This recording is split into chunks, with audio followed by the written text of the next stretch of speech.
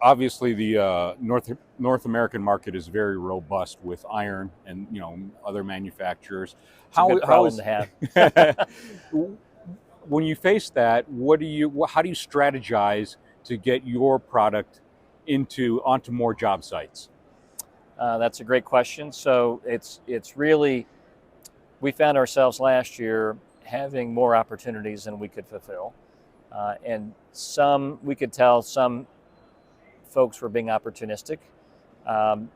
We chose not to pursue those opportunities. We chose where we thought we could begin longer term relationships. Now, admittedly, that is there's not science to that process. You can do some facts and data.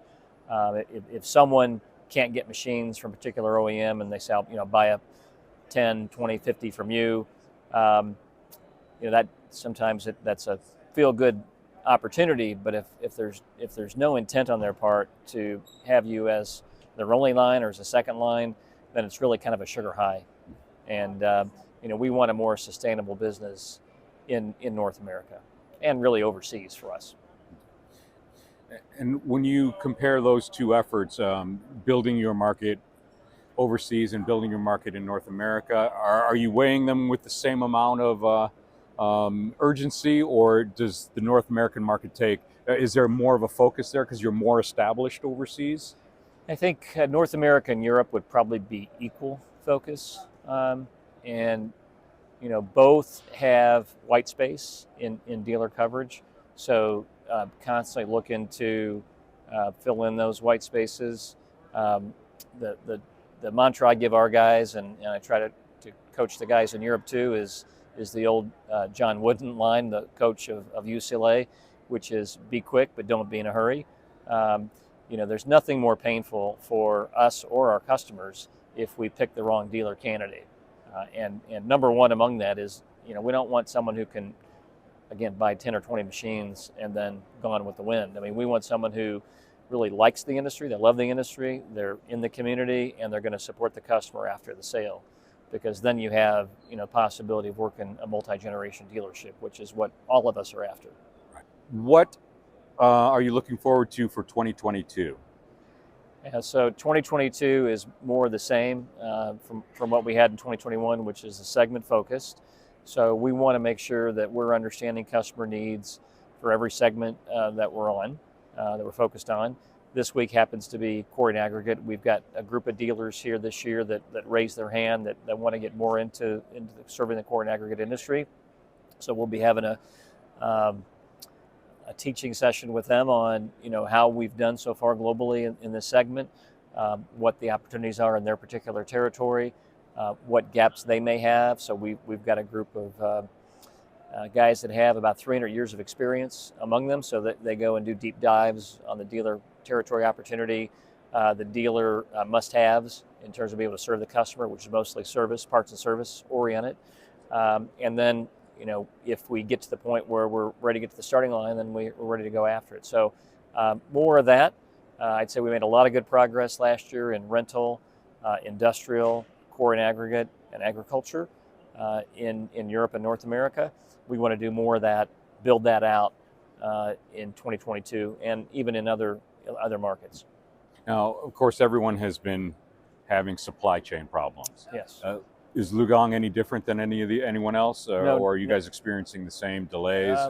I'd say our challenges have been a little bit different than some of the folks that are based more in North America. The supply chain issues in China have not been as severe as what we've heard of in North America. Where it's been unlike anything I've seen in 30 years is the transportation.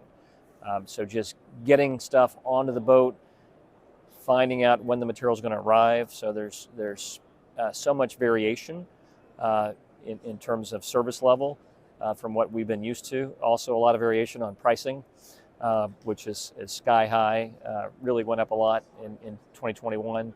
And then just all the congestion at the ports that you've heard the White House and others talk about, which has really had a significant impact on supply chain, whether it's for finished machines or for components. That's been a big challenge, and we don't think that's going to remedy itself in the first half of this year. Some suggest it could be with us for all of 2022. I'm hoping that by the back half of the year, we'll see more capacity coming on, some of those constraints at the ports being worked through, because there's a lot of focus being placed on it. And if that happens, then hopefully we'll see things return to a more normal status. And what I find coincidental is that a lot of those infrastructure dollars that have now been approved they're going to start trickling in. Are you guys strategizing around the new infrastructure money that's coming in? I think it's over 1.2 over trillion. 500 billion in new spending. It's a big opportunity, and it's really all about making sure that the dealers get line of sight to what the projects are within their territory, get machines on order and forecasted so that we can be a reliable supplier to them, and then make sure we're there to support them on parts and their service capability. So the answer is yes, but as I've learned in my career, you can plan all you want to, but the reality will turn out differently than you expect, because project timing will be delayed for environmental reasons, contractor disputes, the things that we usually see in our business day by day, year by year. That won't change in 2022, but certainly the water level is going to go up. What's going to be difficult is saying it's going to be in Arkansas or Colorado or Georgia. That's the difficulty. Kevin, is there anything that I have not asked you about that you think I should when it comes to you guys either being here at World of Concrete or with LiuGong's efforts to be more noticed in North America, building on the North American market, anything like that? Well, I think why World of Concrete?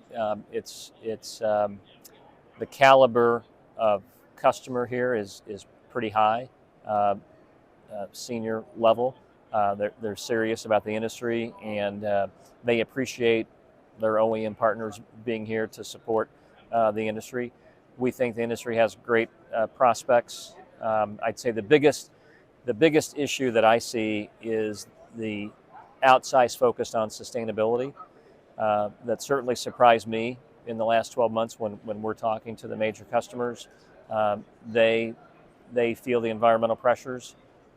They're talking to us about battery electric vehicles. They're talking to us in some cases in lesser regulated markets about bringing Tier 4 final machines, which I never would have anticipated that being the case. So the environmental movement, the environmental impact to the core and aggregate industry is going to be more significant in 2022 and beyond than what I think the equipment industry was considering. And how do you think LiuGong will respond to that environmental pressure, so to speak? We are very well positioned. We are a leader in China in battery electric vehicles for wheel loaders. We've moved beyond what I think, many in the industry have these science projects. They'll show a battery electric vehicle in a show, but the machine's completely locked. You can't open it up. We have hundreds of machines running in China in production applications, and we expect to have those in the market in the second half of 2022. Excellent. So you're well positioned already. Very well positioned. Yeah. Excellent. Anything else, Kevin, that you want to mention? Fantastic. Thank you so much. Sure.